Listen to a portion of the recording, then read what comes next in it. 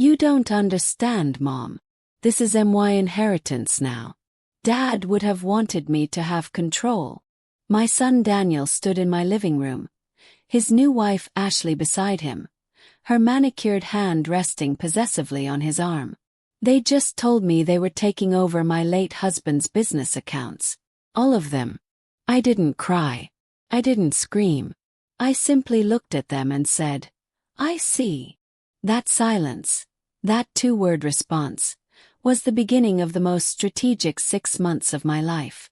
Before I tell you what happened next, don't forget to subscribe if you love true stories like this, and tell me in the comments, what would you have done if this happened to you? Let me take you back 3 years. My husband Richard died suddenly, a heart attack at 62. We'd been married for 35 years. He was a good man, a careful man, a man who built a successful commercial real estate consulting firm from nothing. Daniel was our only child.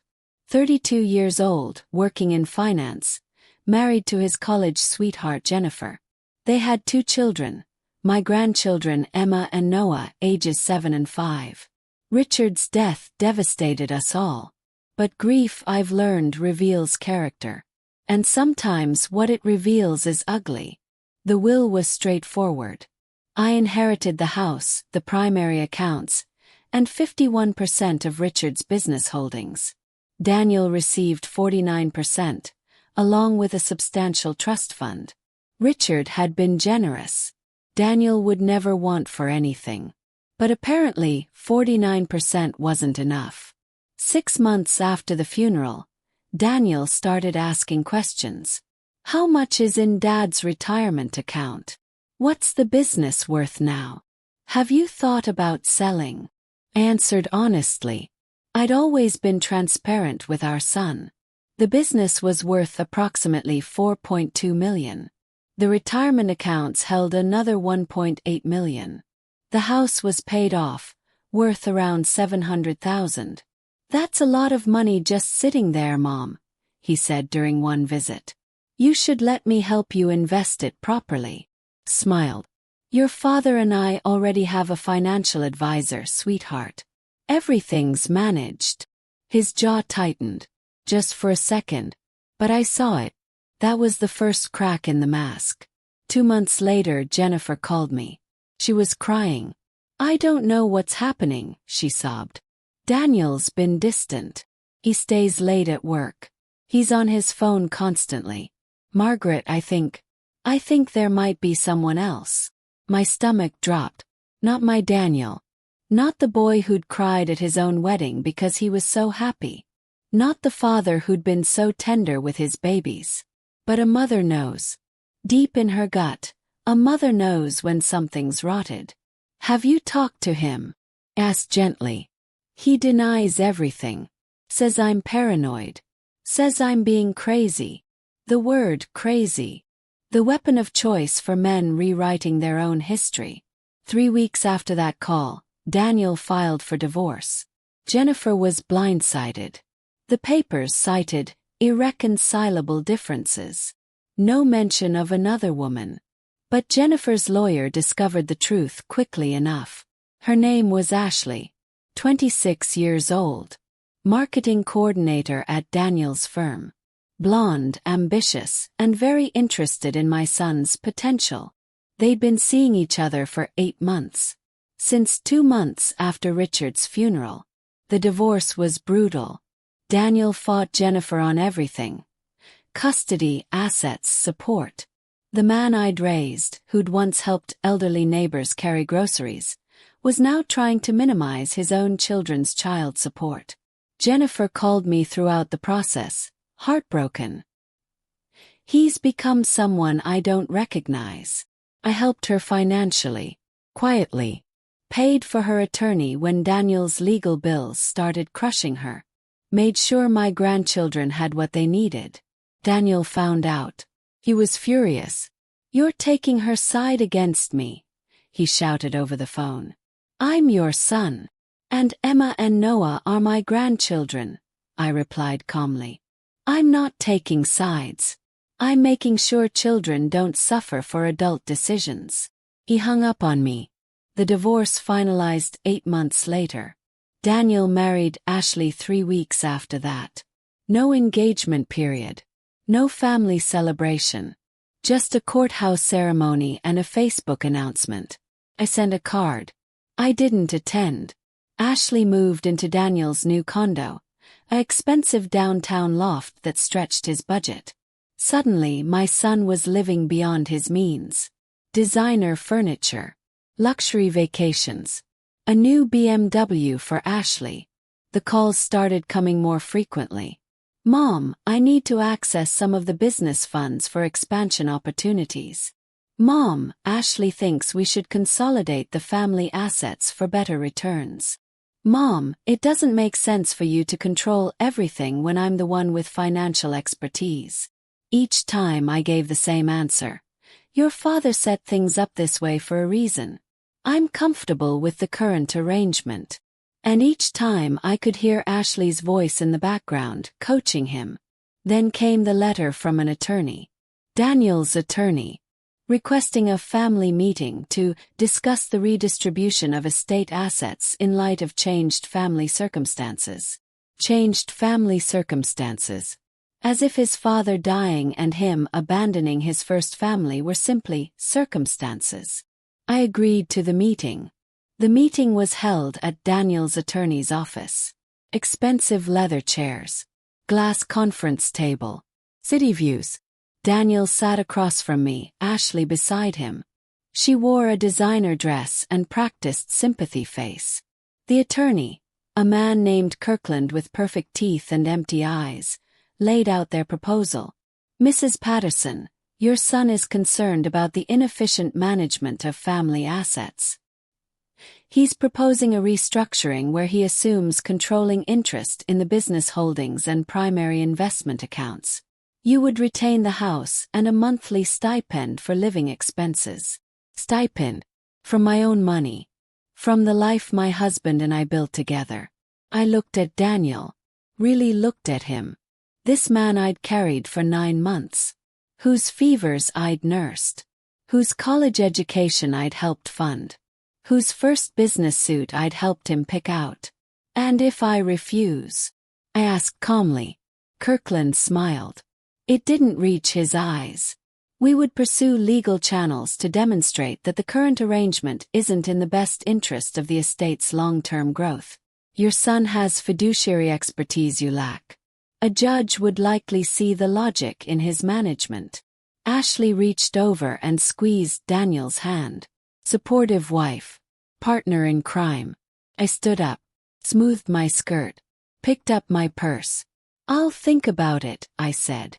Daniel exhaled. Relieved. He thought I was weak. He thought silence meant surrender. He was wrong. Let me tell you what silence really means. Silence means you stop giving information. You stop reacting. You stop showing your hand. Silence means they start talking more. Explaining more. Revealing more. Because people can't stand silence. They fill it. And when they fill it, they make mistakes. I went home that night and sat in Richard's study. The room still smelled faintly of his cologne. His books lined the shelves. His reading glasses sat on the desk. What would you do? I whispered to the empty room. Then I opened his file cabinet. Richard had been meticulous.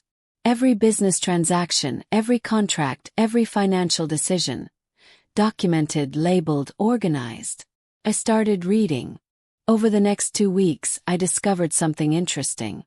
Daniel had been accessing business accounts for the past year. Small amounts at first. 5,000 here. 10,000 there. Labeled as consulting fees or business development expenses. But there were no corresponding services. No deliverables. No contracts. By my calculation, he'd moved approximately $147,000 into his personal accounts. That's called embezzlement. Even when you're family. I made copies of everything. I didn't confront him. I didn't call. I just documented. Meanwhile, Daniel and Ashley ramped up their pressure. Phone calls became more aggressive. Mom, we need an answer. The attorney needs to file paperwork. Mom, you're being selfish. This is about the family legacy. Mom, Dad would be disappointed in your stubbornness. That last one, weaponizing Richard's memory, that one hurt. But I stayed silent. I'm still reviewing my options. I hired a private investigator. His name was Marcus Chin. Former FBI white-collar crime division. Now private consulting. I told him everything. Showed him everything. What exactly do you want to know? He asked. Everything my son doesn't want me to know. Marcus was thorough. Took him 3 weeks. The report he delivered was 214 pages long. Daniel had been planning this for over a year, since before he divorced Jennifer. He'd consulted with multiple attorneys about contesting his father's will. He'd had the business evaluated by 3 separate firms, shopping for the lowest valuation to support his case. He'd set up an LLC in Ashley's name. He was funneling business opportunities away from Richard's firm into Ashley's company. Clients were being quietly redirected. Ashley, I learned, had a history. 2 previous relationships with older, financially established men. Both had ended with her walking away substantially wealthier. She had a pattern. But here's what caught my attention most. Daniel had applied for power of attorney over my affairs. He'd been sending letters to my doctor, my bank, my attorney, suggesting I was experiencing cognitive decline and needed family support with decision-making. My own son was trying to have me declared incompetent. The second family meeting was scheduled for a Tuesday afternoon. Same office, same attorney. But this time there was a notary present. They'd prepared documents, power of attorney papers, asset transfer agreements, all ready for my signature. We thought it would be efficient to handle everything today, Kirkland explained. Save you multiple trips. Ashley smiled at me. Warm, caring, completely fake. Margaret, we just want to take care of you, she said. You shouldn't have to worry about all these complicated financial matters at your age. My age? I was 67. Sharp as I'd ever been. Daniel pushed the papers across the table. Just sign here, Mom. We've made it simple. I looked at the documents. Power of attorney. Immediate transfer of controlling business interests. Access to all accounts. A living allowance of $4,000 per month. $4,000. From millions I owned outright. I reached into my bag. Pulled out my own folder. Before I sign anything, I said calmly, I have some questions about these transactions. I slid copies of the embezzlement records across the table. Daniel's face went white. Can you explain these withdrawals? Yes. $147,000 over 12 months. No supporting documentation. No business justification. Kirkland glanced at the papers, then at Daniel. The attorney's professional mask cracked slightly. Ashley leaned forward. Those were legitimate business expenses. You're not signatory on any business accounts, I interrupted gently. Daniel is. So these are his transactions. I'm asking him. Daniel's mouth opened, closed, opened again. Those were. I was going to document them. You were stealing from your father's company, I said. Not a question. A statement. I pulled out more documents. And these. Communications with my doctor suggesting I'm mentally impaired. Letters to my bank expressing concern about my confusion. An application for power of attorney filed without my knowledge. The room was dead silent. You were building a case to have me declared incompetent, I continued. So you could take control without my consent. Ashley stood up suddenly. We don't have to listen to these accusations. Sit down, I said quietly. Something in my voice made her sit. I turned to Kirkland.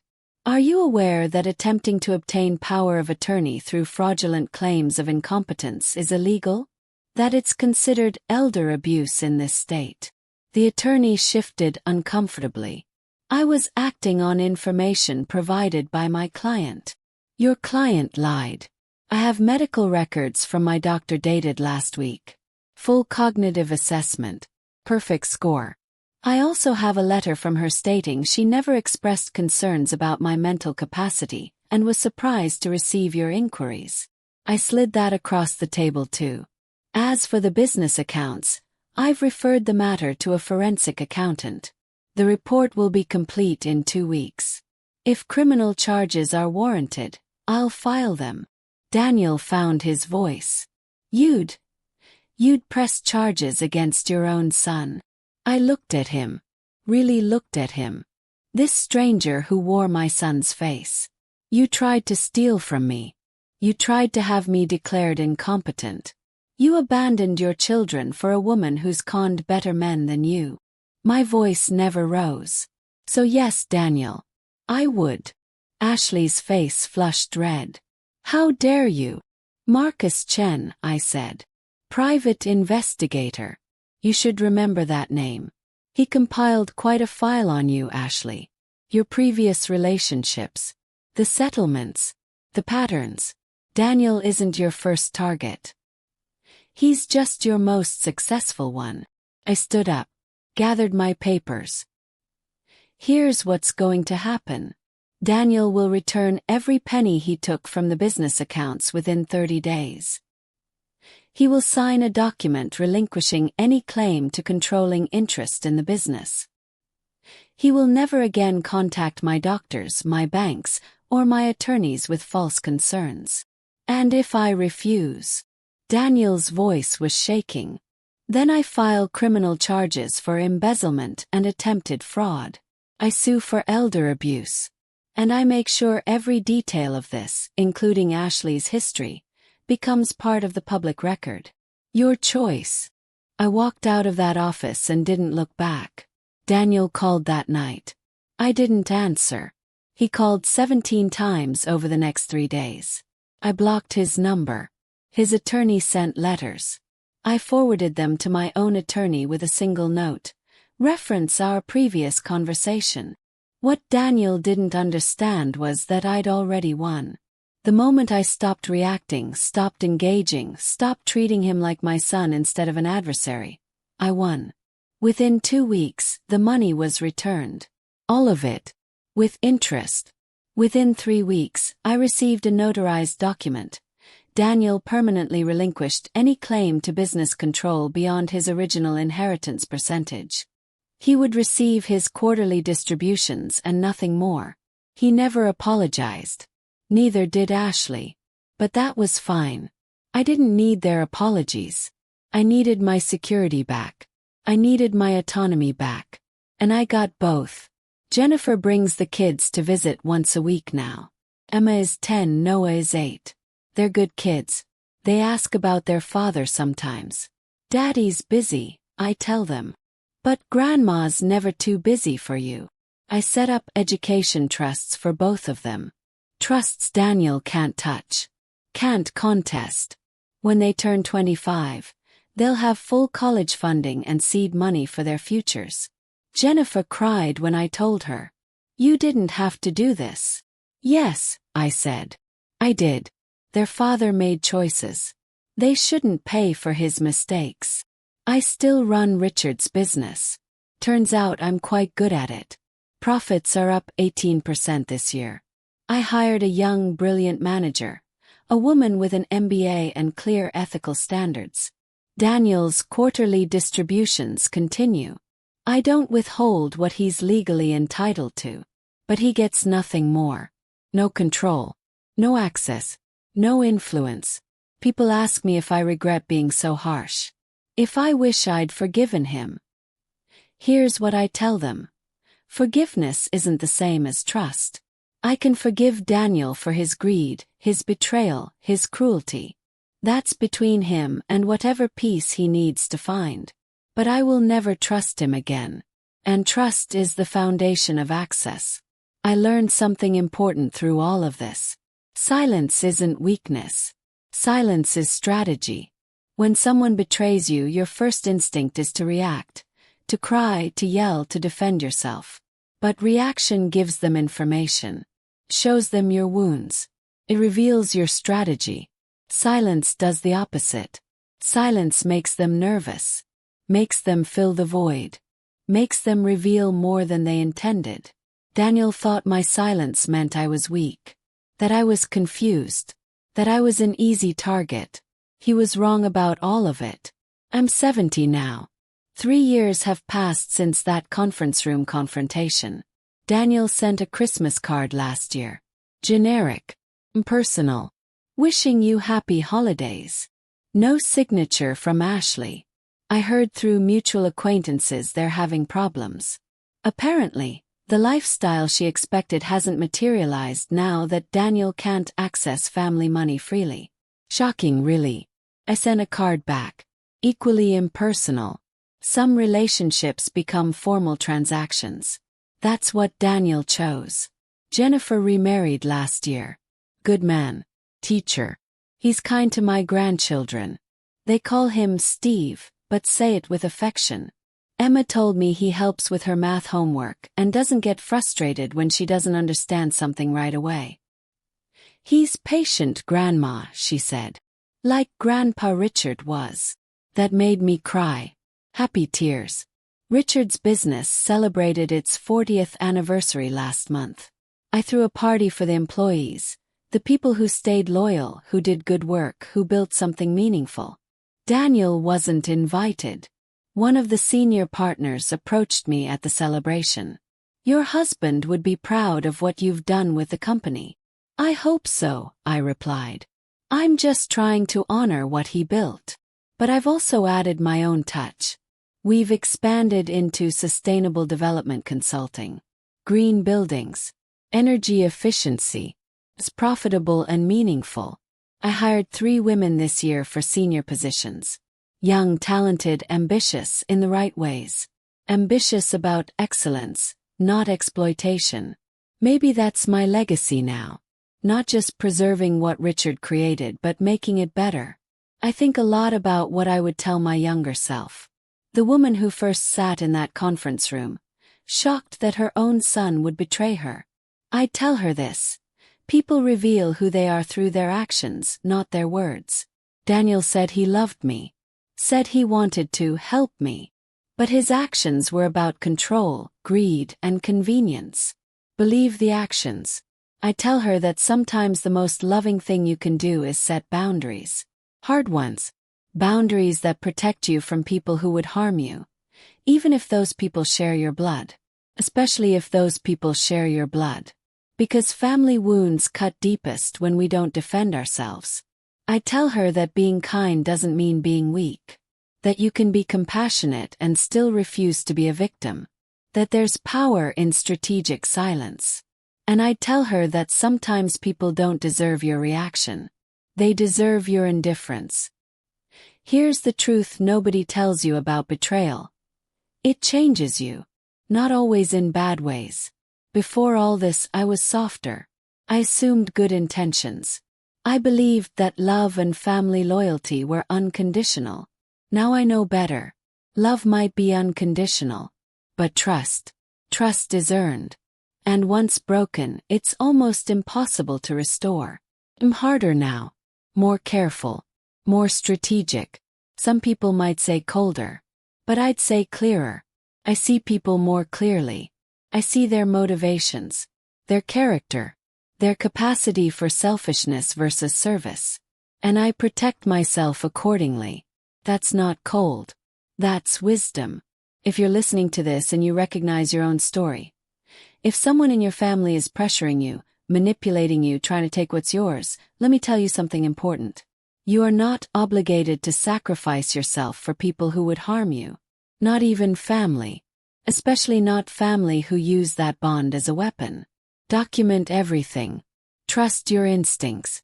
Stay silent when they expect you to break. Get professional help. Lawyers, investigators, financial advisors. People who see clearly what you might be too hurt to see. And most importantly, know your worth. Know what you've earned, what you've built, what you deserve. Don't let anyone, not your children, not your siblings, not anyone, convince you that you owe them your security, your peace, or your autonomy. You raised them. You loved them. You gave them everything you could. But you don't owe them your destruction. People ask if Daniel and I will ever reconcile. If there's hope for our relationship. Honestly, I don't know. Reconciliation would require something Daniel hasn't shown capacity for. Genuine accountability. Not just returning the money because he got caught. Not just signing documents because the alternative was criminal charges. Real accountability. Acknowledgement. Understanding of the harm he caused. I'd need to hear him say, "Mom, I was wrong. I let greed and Ashley's influence poison me. I betrayed you and I'm sorry." Not "I'm sorry you feel that way," or "I'm sorry things got complicated." A real apology. Taking full ownership. I haven't heard that. I don't expect to. And that's okay. I've made peace with having a son who exists in my life only as a quarterly distribution recipient. It's not what I wanted. It's not what Richard would have wanted. But it's what Daniel chose. Emma asked me last week why her dad doesn't come to family dinners anymore. I thought carefully about my answer. She's old enough for some truth, but young enough to need protection. Your dad and I disagree about some grown-up things, I said. It doesn't change how much I love you and Noah.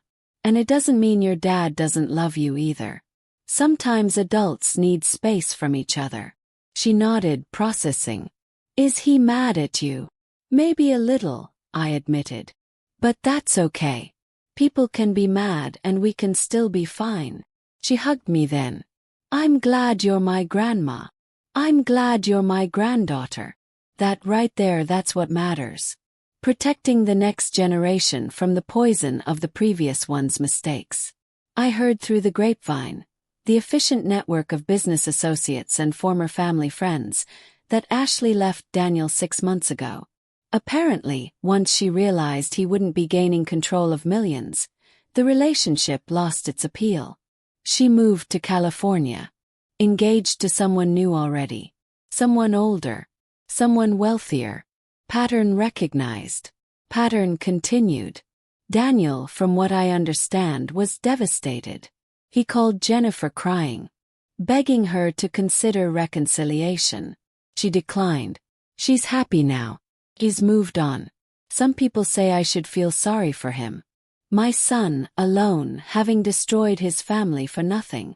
I don't feel sorry for him. But I don't feel vindicated either. I just feel tired.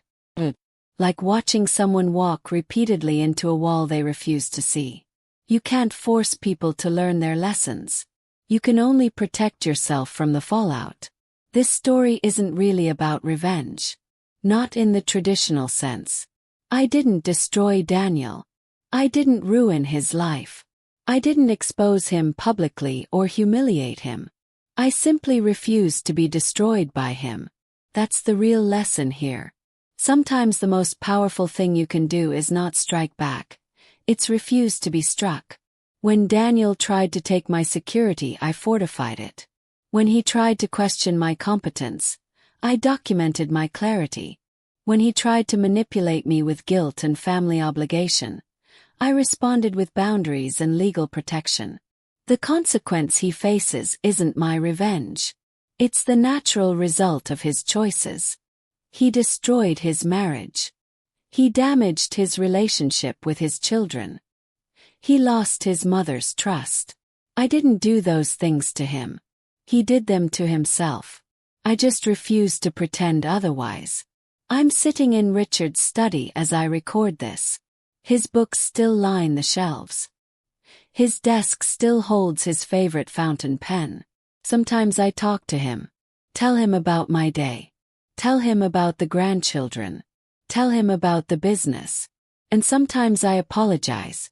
For not seeing what Daniel was becoming sooner. For not protecting our legacy better. For not having the wisdom 3 years ago that I have now. But then I remember, I did protect it. Not perfectly. Not without pain.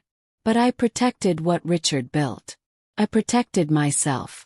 I protected the grandchildren's future. And in the end, that's what he would have wanted.